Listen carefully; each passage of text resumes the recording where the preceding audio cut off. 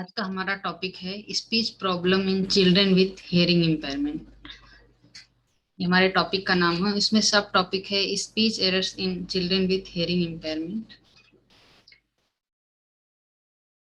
हम देखेंगे कि जो हमारे श्रवण बाधित बच्चे होते हैं इनमें कौन कौन से वाणी दोष पाए जाते हैं। तो पहला हमारा है कि आर्टिकुलेशन दोष है, मतलब कि उच्चारण में समस्या होती है।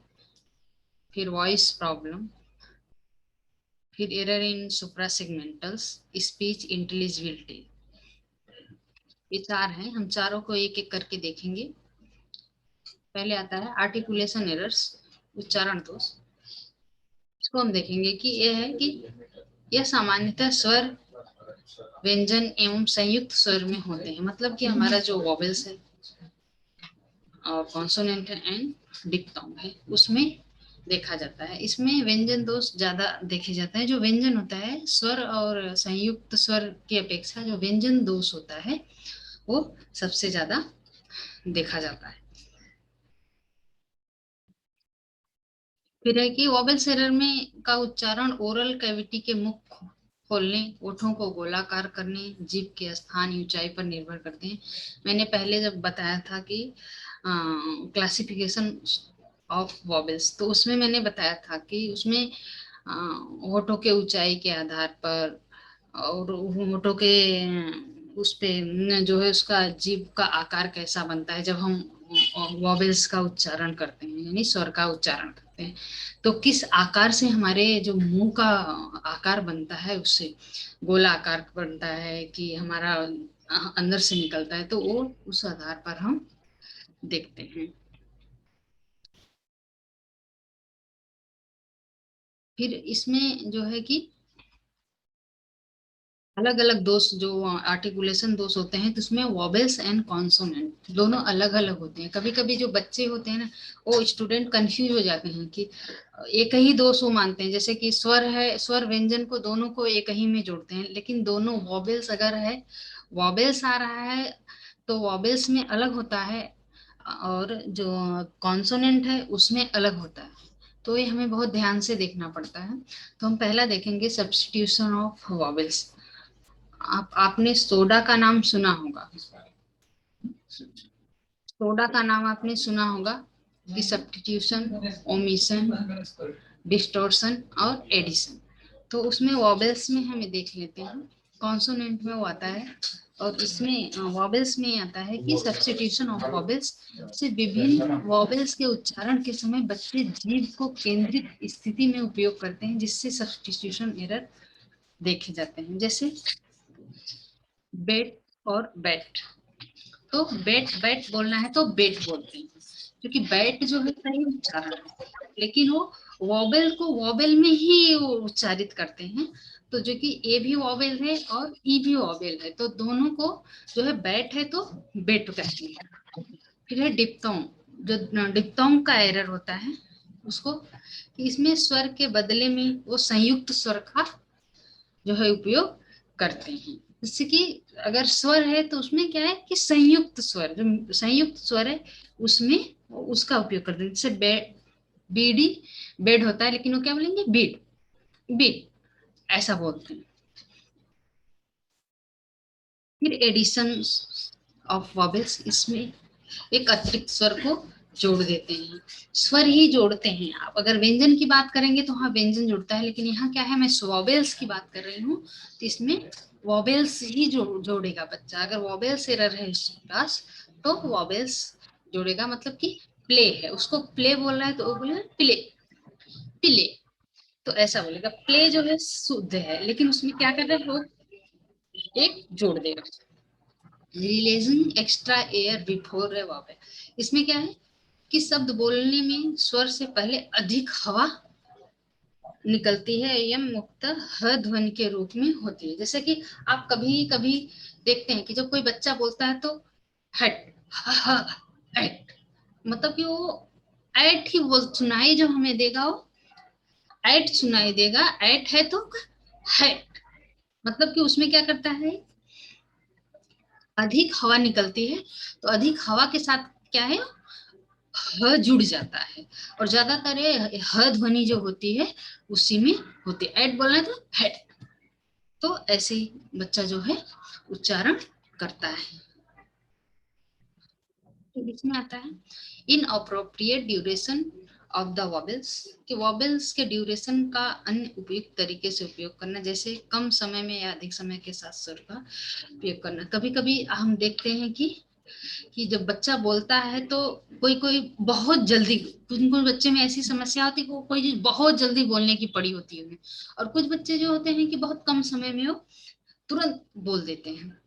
तो ये मतलब कि अप्रोप्रिएट ड्यूरेशन का होता है कि कभी अधिक समय का उपयोग करते हैं, कभी वो कम समय का उपयोग करते हैं। फिर डिस्टोर्शन ऑफ वॉवेल्स, इसमें क्या है, जो वॉवेल्स बोलते हैं डिस्टोर्शन का मतलब होता है कि वो अनियमित होता है, मतलब कि अस्पष्ट होता है, समझ में नहीं आता वो क्या बोल रहे हैं। यह सामान्यतः ई ए आई में देखे जाते हैं। यह मुख के खोलने, जीभ के स्थान, ऊंचाई, होठों के गोलाकार करने में अनियमितता होने के कारण होती है, कि जैसे कि वो अस्पष्ट बोलते हैं, अनियमित होता है उनका उच्चारण। तो जीभ कब उन्हें खोलना है, जीभ की ऊंचाई कितनी रखनी है, कितना गोलाकार रखना है, वो जो है उन्हें समझ में नहीं, अनियमित होता है, समझ में क्या अनियमित होता है, तो उन्हें ये दोष पाया जाता है। फिर कॉन्सोनेंट एरर, अब तक इससे पहले ये मैंने क्या बताया, वॉवेल्स एरर था, अभी क्या है कॉन्सोनेंट। कॉन्सोनेंट एरर्स में सोडा आता है, लेकिन अधिकतर बच्चे क्या करते हैं, सोडा एरर्स को जो कॉन्सोनेंट में आता है उसको जो है वो वॉबल्स में रख देते हैं, लेकिन ऐसा नहीं होना चाहिए। कॉन्सोनेंट एरर में ही सोडा आता है, तो सोडा यही उपयोग होना चाहिए। व्यंजन वाले वहां भी वहां मिलते जुलते हैं, लेकिन वहां पर जो है वॉबल्स दोष होते हैं, जो स्वर दोष होते हैं वहां पाए जाते हैं। इसमें बच्चे जो है व्यंजन के दोष होते हैं, तो वहां ये देखा जाता है। तो सोडा दोष के बारे में हम देखेंगे। सोडा में पहला एस यानी कि सब्स्टिट्यूशन, मतलब कि उसको विस्थापित करना बोलते हैं। तो इसमें टारगेट व्यंजन को दूसरे व्यंजन में प्रतिस्थापित किया जाता है। यह कई प्रकार के होते हैं, मतलब कि जो व्यंजन होता है टारगेट व्यंजन, जैसे कि voiceless, voice and voiceless substitution. मैंने एक दिन पढ़ाया था आपको, तो आपको एक बहुत अच्छा चार्ट बना के बताया था कि वॉइसलेस साउंड कौन से हैं और वॉइस्ड कौन से हैं। जैसे किल है तो वॉइसलेस है, के का मैंने बताया था कि वॉइसलेस है, और ग घ को वॉइस में बताया था।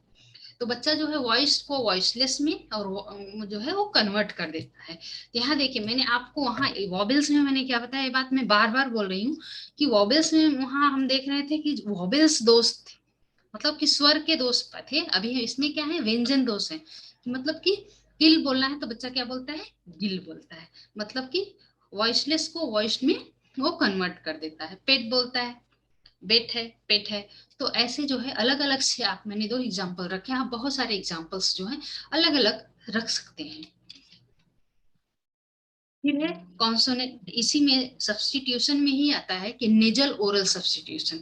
बच्चा जो होता है कि ओरल जो है ओरल साउंड जो होता है उसको नेजल में कन्वर्ट कर देता है। तो जैसे कि नाना को दादा को नाना बोलना, तो इसको जो है ऐसे बोलता है। फिर लो फीडबैक तक को क बोलना, सूप को थूप बोलना, ये सब है।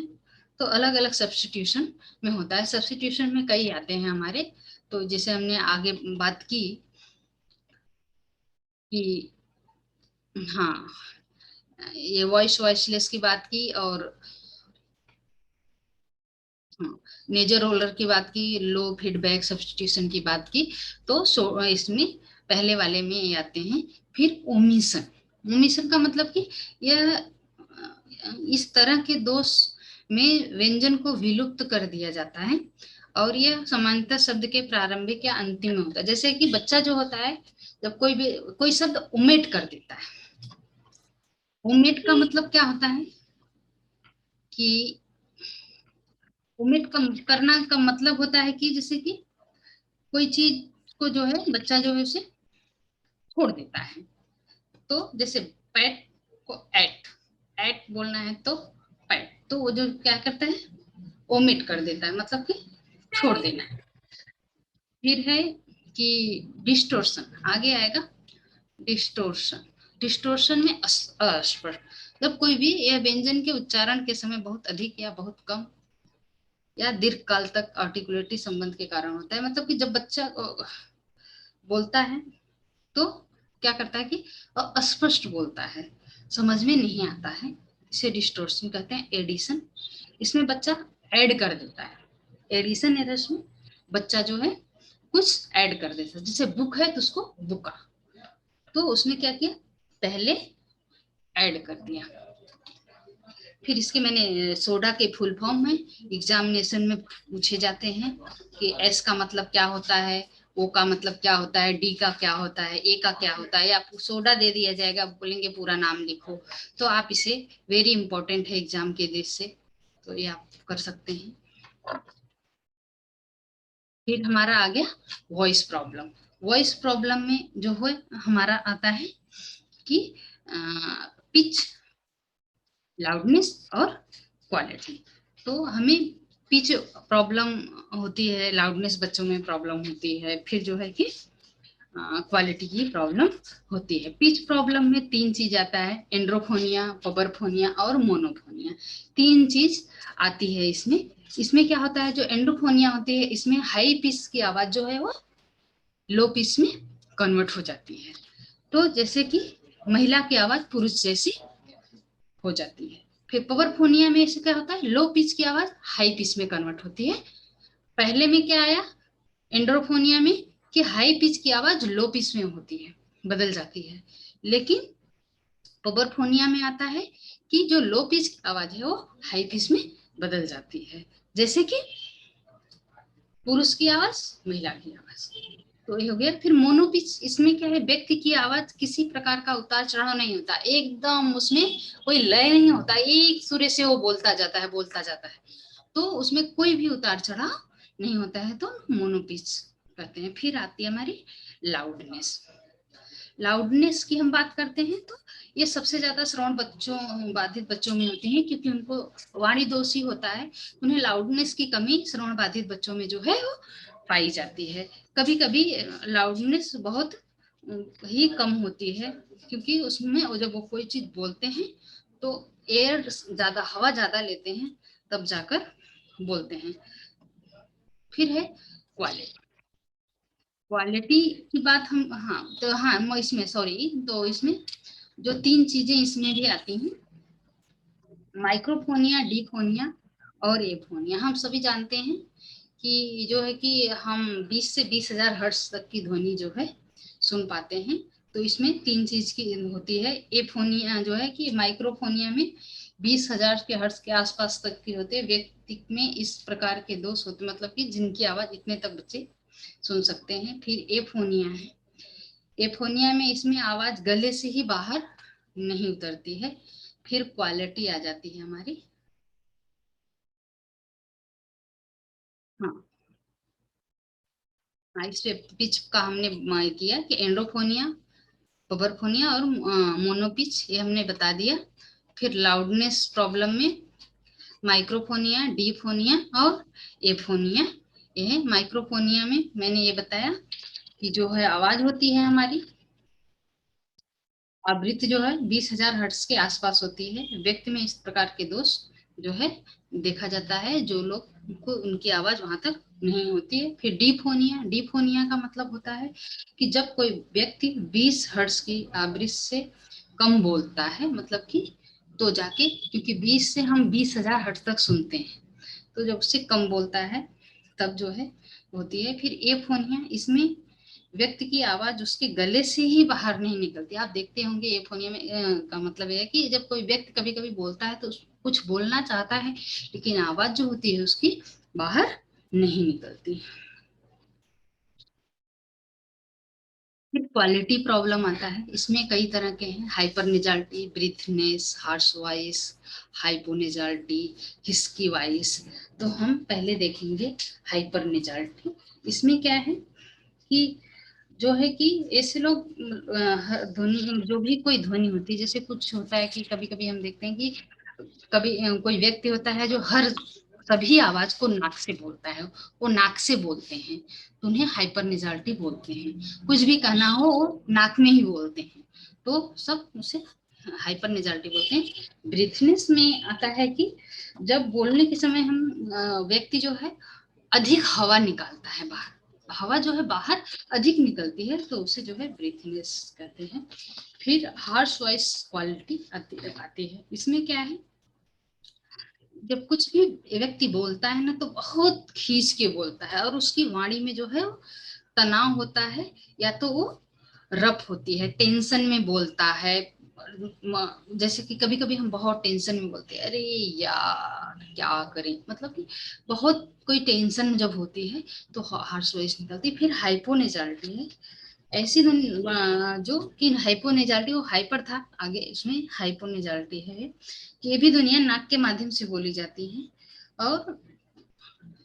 और बोलते जब हम बोलते हैं तो मुंह के माध्यम से बोलते हैं, तो उनको हाइपोनेजालिटी कहती है। फिर हिस्की वॉइस जब किसी व्यक्ति की आवाज कटी फटी हो आती है तो उसका गला बैठ जाता है, उसे हिस्की वॉइस। जब कोई चीज बहुत बोलते बोलते गला बहुत तेज कोई बोलता है तो बोलते बोलते उसका गला बैठ जाता है, तो उसे जो है हिस्की वॉइस बोलते हैं।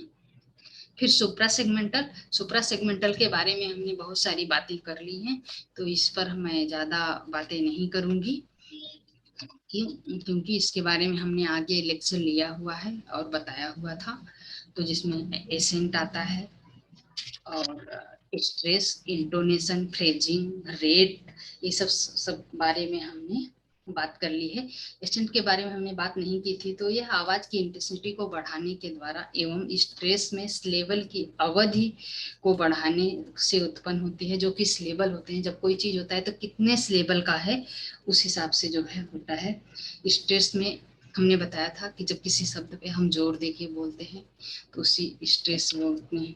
फिर इंटोनेशन, डेफ बच्चों में इंटोनेशन की कमी होती है, क्योंकि वो कोई चीज इंटोनेशन करके इंटोनेशंस के माध्यम से नहीं बोल पाते, उतार चढ़ाव में वो नहीं बोलते हैं।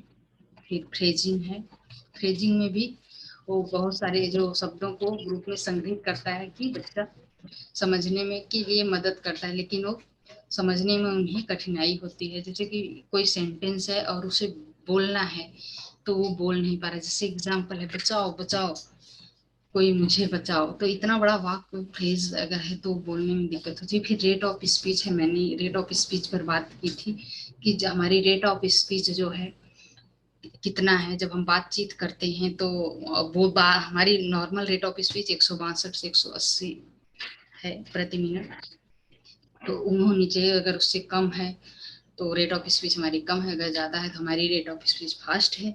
तो हम इस सब के चीज बारे में जो है बात कर। और बच्चों को रेट ऑफ स्पीच बताना इसलिए भी जरूरी है कि बच्चा जब बड़ा होता है, स्कूल जाता है, तो उसको पैराग्राफ पढ़ने पड़ते हैं, तो उसको उसकी रेट ऑफ स्पीच क्या है वो हमें चेक करना पड़ता है, तो इसलिए ये सब सारी चीजें जो है जरूरी है।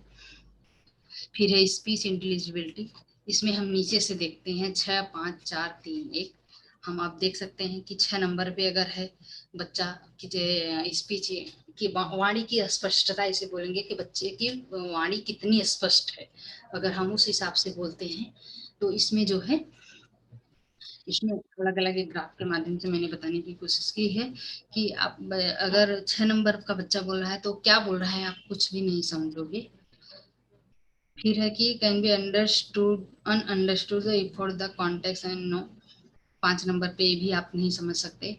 फिर जो है कि चौथे नंबर पे है वो क्या बोल रहा है, जो भी कुछ बोल रहा है इतनी डिफिकल्टी से वो बोलता है कि खाली फैमिली मेंबर समझते हैं, बाकी लोग नहीं समझ पाते हैं। फिर तीसरे पे आता है कि एक दो जो लोग सुनते हैं वो एक दो वर्ड समझ सकते हैं, बाकी नहीं समझते हैं। फिर speech in understood with letter for the, इसमें क्या है कि स्पीच जो है आप जो बच्चा बोल रहा है वो आप समझ सकते हो, फिर है कि with is understand ununderstood without difficulty but sound अब नॉर्मल, की जब बच्चा बोलता है तो स्पीच आप समझ सकते हो, कोई समस्या नहीं होगी, बट साउंड जो है वो अब नॉर्मल होंगे, आवाज जो है अब नॉर्मल। लेकिन अगर बच्चा 0 लेवल पे है तो उसकी नॉर्मल स्पीच है, उसे कोई दिक्कत नहीं होगी। फिर है कि इवैल्यूएशन ऑफ स्पीच। आप देखते होंगे कि जब वाणी का मूल्यांकन किया जाता है तो आपने स्पीच किट देखा होगा कि स्पीच किट बनाई जाती है, आपके पेपर में भी होता है, स्पीच किट बनाई जाती है। उसमें कुछ मटेरियल रखे जाते हैं कि जैसे शीशा है, टार्च है, गुब्बारा है, वर्ड लिस्ट है, कैंडल है, माचिस का डब्बा होता है, टेप रिकॉर्डर रहता है, स्टॉप वॉच होती है, पेपर वेट्स होते हैं, हनी होती है, ये सब सामान है। इन सब किट्स के द्वारा ही बच्चे को सिखाया जाता है अलग अलग। और इन सब अलग अलग वर्ड लिस्ट है तो इनिशियल मिडिल फाइनल की वर्ड, शीशा है तो उस पे बच्चे के पास में ले जाकर बोलो, जब सॉफ्ट पायलट के वॉइस को की जांच करने के लिए हम बच्चे के का मुंह शीशे के पास लगा करते हैं। फिर टार्च से हम ये देखते हैं कि बच्चा का पायलट कटा वगैरह तो नहीं है, ये वाला उसका सही है कि नहीं। फिर गुब्बारा एयर के लिए हम खुलवाते हैं। फिर वर्ड लिस्ट इनिशियल मिडल पर बनवाते हैं। कैंडल भी फूक मारने के लिए और कैंडल जलाने के लिए माचिस चाहिए। टेप रिकॉर्डर की जरूरत इसलिए पड़ती है कि हमें रिकॉर्ड करना पड़ता है कि बच्चा कितनी टाइम तक, अगर कोई ड्यूरेशन हमें सिखाना है या वोकलाइजेशन सिखाना है, जैसे 3 सेकंड है, 4 सेकंड है, तो रिकॉर्ड करने के लिए फिर स्टॉप वॉच भी इसीलिए चाहिए होता है, पेपर बिट्स को फूक मारने के लिए और हनी की जरूरत होती है। फिर है कि हाँ, फिर ओरल पेरिफेरल मैकेनिज्म एग्जामिनेशन, ये भी इवैल्यूएशन है एक तरह का, ये टेस्ट असेसमेंट किया जाता है। इसको OSME भी कहते हैं, OPME भी कहते हैं, ये वहाँ रह गया मैंने नहीं लिखा हुआ है। तो फिर इसके अंतर्गत हम ओरल स्ट्रक्चर, आर्टिकुलेशन के स्ट्रक्चर एवं फंक्शन का विश्लेषण करते हैं कि हमारा कौन सा अंग किस चीज के लिए काम आ रहा है, हम उसका विश्लेषण करते हैं। प्रत्येक बच्चे हम चेक करते हैं कि आर्टिकुलेशन संरचनात्मक रूप से सामान्य है या नहीं, इसमें बच्चे का हलन चलन है कि नहीं। इसके अंतर्गत कई सारे स्ट्रक्चर हैं, हम अलग अलग पढ़ेंगे, आगे देखते हैं कि अलग अलग क्या है। पहले हम होठ का देख लेते हैं। हमारा होठ, हम होठ का ही करते हैं। तो होठ हमारा क्या है कि क्या बच्चे का होठ का आकार बराबर है, क्या बच्चे का होठ आपस में मिले हुए हैं, क्या होठ कटा और उसमें छेद तो नहीं है। ये सब सारी चीजें जब हम, एक फॉर्मेट होता है हमारे पास, हम उसको टिक करते हैं, टिक मार करते हैं। ये सब ये प्रश्न होते हैं कि बच्चे का ये चीजें सामान्य है का क्या, अगर सामान्य है तो सही पर, अगर नहीं सामान्य है तो अब नॉर्मल पर उसको करते हैं। आप देख सकते हैं कि बच्चे का होठ यहाँ मैंने कटा हुआ छेद लगाया है, तो ऐसा होता है, अलग अलग तरीके से कटे होते हैं, जरूरी नहीं कि एक ही तरीके से कटा हो। फिर इसका कार्य क्या है, स्पीच मूवमेंट और नॉन स्पीच मूवमेंट के समय चेक किया जाता है। तो कोई स्पीच मूवमेंट कर रहा हो तो फिर इसका क्या है, जीभ का आ गया हमारा, जीभ का आकार कैसा है, जीभ का विचलन, मतलब कि बच्चे का साइज शेप देखते हैं कि बच्चे की जीभ कैसी है। फिर कि हम लोग देखते हैं कि फिर कार्य इसका क्या है कि जीभ का आकार, कभी कभी जीभ छोटी होती है, जीभ छोटी होती है, मूवमेंट नहीं करती है, ऐसा से मूवमेंट नहीं करती है, जीभ छोटी होती है तो बाहर नहीं निकलती है। तो ये सब सारी चीजें हम चेक करते हैं। फिर इसका कार्य क्या है, नॉन मूवमेंट स्पीच के समय परीक्षण किए जाते हैं, इसमें जीभ को ऊपर नीचे आगे पीछे दोनों तरफ इत्यादि हम तो घुमाते हैं। फिर दांत आ गया हमारा, यह डेंटल साउंड और लेबियोडेंटल साउंड को, फ्रिकेटिव साउंड के उत्पादन में सहायक होता है। जो है हमारे साउंड जो होते हैं इसको उत्पादन करने में जीभ का और भी एक काम है कि जो हम खाना खाते हैं तो अंदर सलाइवा बना के अंदर भेजता है। तो फिर दांत आता है, दांत का क्या, यह dental sound, labiodental sound, fricative sound के उत्पादन में सहायक होता है। हम जानते हैं कि हम बहुत सारे ध्वनि हमारे जो दांत है हमारा आर्टिकुलेशन है, उच्चारण में आता है, तो बहुत उपयोगी होता है। इसका स्ट्रक्चर संरचना क्या है, दांतों का एक लाइन में होना, किसी दांत का अनुपस्थित होना। आपको कभी कभी ज्यादातर हमारे डेफ बच्चों में ये चीजें देखी जाती हैं कि उनके दांत जो है लाइन में नहीं होते हैं या आगे पीछे होते हैं, कुछ दांत ऊपर होते हैं। तो ये सब सारी चीजों को देखना कि कैसी उसकी संरचना है। फिर कठोर तालु, कठोर तालु हम ये भी चेक करते हैं कि बच्चे का जो वो है कठोर तालु हो, कैटाउट वगैरह तो नहीं है। तो फिर इसमें हम ये देखते हैं कि स्पीच के समय ओरल कैविटी और नेजल कैविटी के बीच में और पैदा करता है, मतलब कि बीच में एक रास्ता की तरफ होता है, जैसे कि इधर वो है ओरल कैविटी, मतलब कि हार्ड पायलेट उधर है, इसके ऊपर जो है नेजल कैविटी है। तो ऐसा काम करता है। फिर स्ट्रक्चर, इसमें क्या था, कठोर तालु समान है, स्ट्रक्चर हम देखते हैं। फिर कठोर तालु समान है कि नहीं, कटा कटा या कटा कठोर तालु है या नहीं। फिर नीचा ऊंचा ऐसे होता है, ऐसे होता है, ऐसे होता है, एक ऐसे होता है। तो इस हिसाब से है। कभी कभी जिन बच्चों का तालु कठोर तालु कटा होता है तो खाना खाते हैं तो वो नाक से बाहर आता है। तो पेरेंट्स अधिकतर बोलते हैं कि बच्चा खाता तो मुंह से खाता है लेकिन नाक से बाहर आता है। तो ये प्रॉब्लम होती है, लेकिन ऑपरेशन के जरिए जो है ये ठीक किया जा सकता है। मुलायम तालु, सॉफ्ट पायलट जो कठोर तालु के जस्ट पीछे ही होता है, मुलायम तालु इसे कहते हैं। और उसी से सटा हुआ यूएला होता है। तो ये फिर देखते हैं सॉफ्ट सॉफ्ट पायलट का सामान्य होना या असामान्य होना। फिर यूएला को दो भागों में बटा, जो हमारा एक घंटी की तरह ऐसा लटका होता है, उसमें कभी कभी बच्चों का दो भाग में होता है। तो सब सारी चीजें हम टार्च, पीछे हम स्पीच किट की बात की तो उसमें टार्च की बात की, तो उसके जरिए जो है वो हम देखते हैं अच्छे से। फिर फंक्शन क्या है, बच्चे का मुंह पूरी तरह से खोलने को कहा जाता है एवं विराम के समय का उच्चारण करने के लिए कहा जाता है कि मुंह खोला, ऐसे किया तो फिर हम उसी टाइम हम बोलेंगे आ बोलो, तो फिर उस टाइम हम देख लेते हैं कि पायलट में कोई दिक्कत है या नहीं है। फिर है फॉग मिरर टेस्ट। अब कभी कभी बच्चे, हमारी क्लास है तो उसमें एक मिरर लगा हुआ है बड़ा सा, तो बच्चे जब नए आते हैं ना तो पूछते हैं कि ये शीशा क्यों रखा गया है, किस लिए रखा गया है। तो वो शीशे की जरूरत इसी टाइम जब सॉफ्ट पायलट को हम वो करते हैं, चेक करते हैं, तो उसी टाइम हम जो है इसका प्रयोग करते हैं। और जो है कि वो ओरल साउंड उच्चारण के लिए करने के लिए फॉग मिरर टेस्ट को ओरल साउंड उच्चारण के लिए करने के लिए बच्चे को कहा, जैसे जैसे प फ और शीशे के एकदम नजदीक बैठाया जाता है ताकि जो बच्चा बोले तो शीशे पे धुंधला पड़ जाए। तो हम इस हिसाब से जो है वो चेक कर लेते हैं। फिर निचला जबड़ा, हमारा लोअर जॉ, ये है जो है वो किस लिए हमारा काम आता है, भोजन को चबाने में एवं बोलने में सहायक होता है। आप देखते हैं कि जब हम बोलते हैं तो ये मूवमेंट हमेशा करता रहता है।